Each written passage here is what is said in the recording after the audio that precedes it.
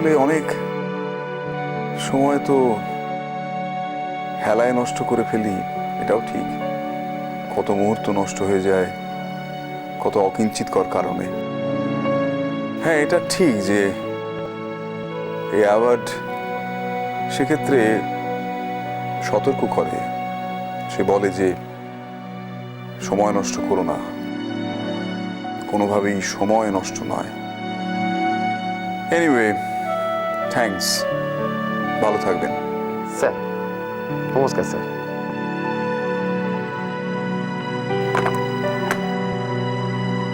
কি হয়েছে তামজিৎ? কোনো ভালো খবর আছে নিশ্চয়ই? হ্যাঁ, ওই সায়েন্স কংগ্রেসের অ্যাওয়ার্ডটা আবার আমি পাচ্ছি। হ্যাঁ হ্যাঁ, আপনার আশীর্বাদে। সত্যি ডক্টর ঘোষ, এতদিন চোখের সামনে একটা জলজান্ত সায়েন্টিস্টকে দেখছিলাম, এখন সেই বিজ্ঞানী সবার সামনে মঞ্চে উঠে দাঁড়িয়ে সেরা বিজ্ঞানীর পুরস্কার নিতে চলেছে। ওয়াও! লজ্জা দিও না প্লিজ শর্মিলা, এভাবে লজ্জা দিও না। একই অ্যাওয়ার্ডটা পেয়ে আমি যথেষ্ট কুণ্ঠিত। ও মা, এতে কোনটার কি আছে?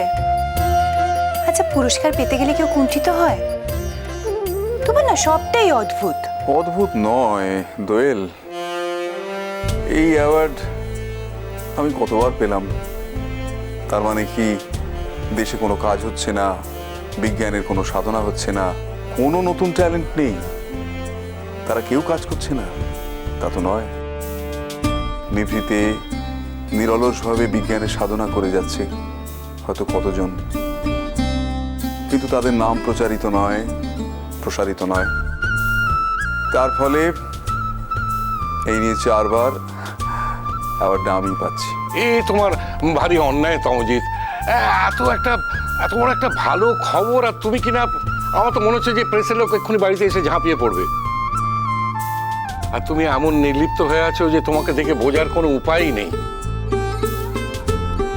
হ্যাঁ, এই হলো প্রকৃত শিক্ষা। প্রকৃত শিক্ষা মানুষকে বিনয়ী করে। হ্যাঁ, তোমাকে এত নির্লিপ্ত দেখে কে বলবে যে তুমি এত বড় একটা পুরস্কার গ্রহণ করতে যাবে? হ্যাঁ, ভাবা যায়? সাধারণ মানুষ এটা ভাবতে পারে? কেউ কি পারবে? পারবে না, পারবে না। আসলে দাদা, জীবনের সার সত্য বুঝে গিয়েছি তো, কিছুই কিছু নয়। না অ্যাওয়ার্ড, না জ্ঞাপক, না প্রাপক। আসল সত্য হচ্ছে কাজটা। কি কাজ করে গেলাম, কতটুকু কাজ করতে পারলাম, সেটাই হচ্ছে আসল কথা। পৃথিবীকে যদি 1 ইঞ্চিও এগিয়ে দিতে পারি, তাহলে সভ্যতার সার্থকতা। সত্যি ডক্টর ঘোষ, এক এক সময় মনে হয় না শুধু শুধু বসে আপনার কথা শুনি। কি সুন্দর কথা বলেন আপনি, কি সুন্দর ভাবেন। আমরা যদি আপনার মতো করে ভাবতে পারতাম। বাদ দাও শর্মিলা, পুরস্কার নিয়ে অনেক কথা হয়েছে, এবার থাক। এই শোনো, আজ কিন্তু আমাদের সবাইকে ট্রিট দিতে হবে। ওই দেখুন দাদা, আমি কি বলছিলাম আর আপনার ছোট বৌমা কোথা থেকে কোথায় চলে গেল। অত শত আমি বুঝি না বাবা, তোমার মতো অত দার্শনিকতা আমার মধ্যে নেই। আমি পরিষ্কার একটা কথা বুঝি, ভালো কাজ করলে সে পুরস্কার পায়, আর পুরস্কার পেলে তার কাছের লোকেদের খাওয়াতে হয়, ব্যাস। Well said. আমি এখন অধীর আগ্রহে অপেক্ষা করছি সে মেয়েটা কখন ফিরবে, আমার চিনি মা। আসলে এই খবরটা শুনলে সেই তো সবচেয়ে বেশি অহংকার করবে না? সত্যি চিনির ব্যাপারটা একেবারে ভাবা যায় না। মানে এতখানি ট্রান্সফরমেশন একটা মেয়েরও। তুমি কি মেয়েকে কি তৈরি করেছো তমজিৎ? তার তো এখন একমাত্র ধ্যান জ্ঞান হচ্ছে সে বাবার মতো বিজ্ঞানী হবে। আমি নই, তার ইচ্ছে ছিল। আমি তো শুধুমাত্র ওই তেল আর সলতেটুকু এগিয়ে দিয়েছি মাত্র।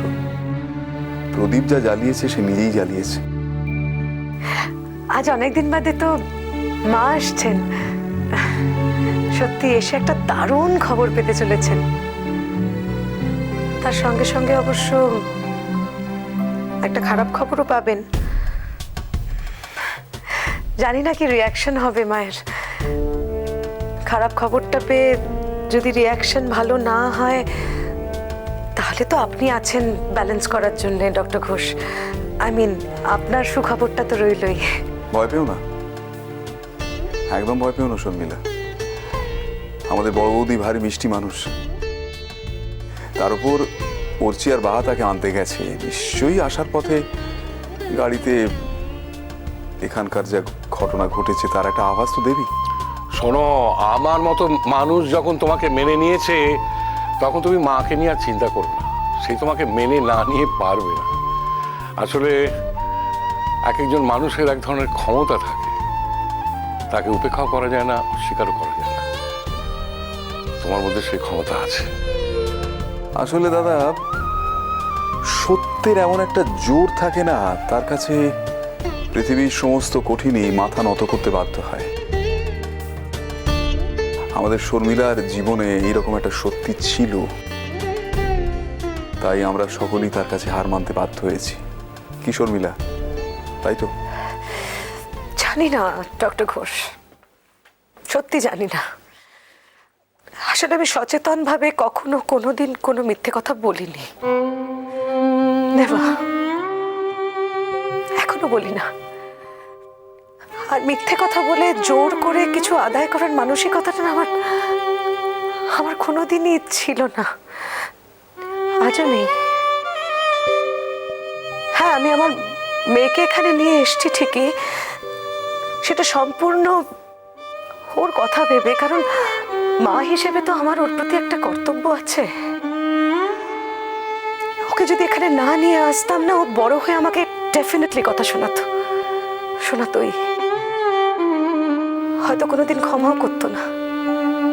কিন্তু একটা কথা মিস্টার ঘোষ, আমি যদি এখানে না আসতাম, আমি ধৃতির কাছের মানুষগুলোকে কোনোদিন দেখতে পেতাম না, কোনোদিন চিনতে পারতাম না, জানতেই পারতাম না। আর সব থেকে ইম্পর্টেন্ট হলো সাজবাতিকে চিনতাম না। সাজবাতির মতো এরকম একজন অমূল্য রত্ন, তার সঙ্গে তো আমার কোনোদিন দেখাই হতো না। আজ বুঝতে পারছি, এক জীবনে কোনো পুরুষ মানুষ ওকে দেখার পর অন্য কোনো নারীর দিকে তাকাতেই পারে না। এই আমাদের মতো শর্মিলারা না জাস্ট ভেসে যায়। শর্মিলা, না না, আমি কোনো দুঃখ করে কোনো কথা বলছি না। আমার কষ্টটা থেকে যাবে, জানো তো, কিন্তু প্রত্যেকটা কথা সত্যি। আর এই কথাগুলো আমি কিন্তু সাজবাতির সামনে বলতে পারি, ওর আড়ালেও বলতে পারি। আমি আমার এই জীবনে সাজবাতির কোনো সাবস্টিটিউট কেন, আমি এরকম কোনো মানুষ জীবনে দেখিনি, কখনো কোনোদিন দেখিনি, নেভার। এই গাড়ির আওয়াজ, মুড চেঞ্জ।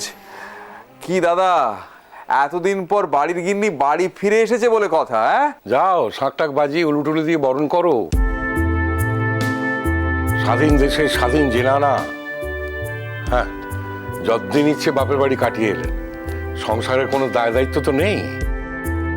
দাদা, মেজদা আর মেজদি ভাই কিন্তু নেই।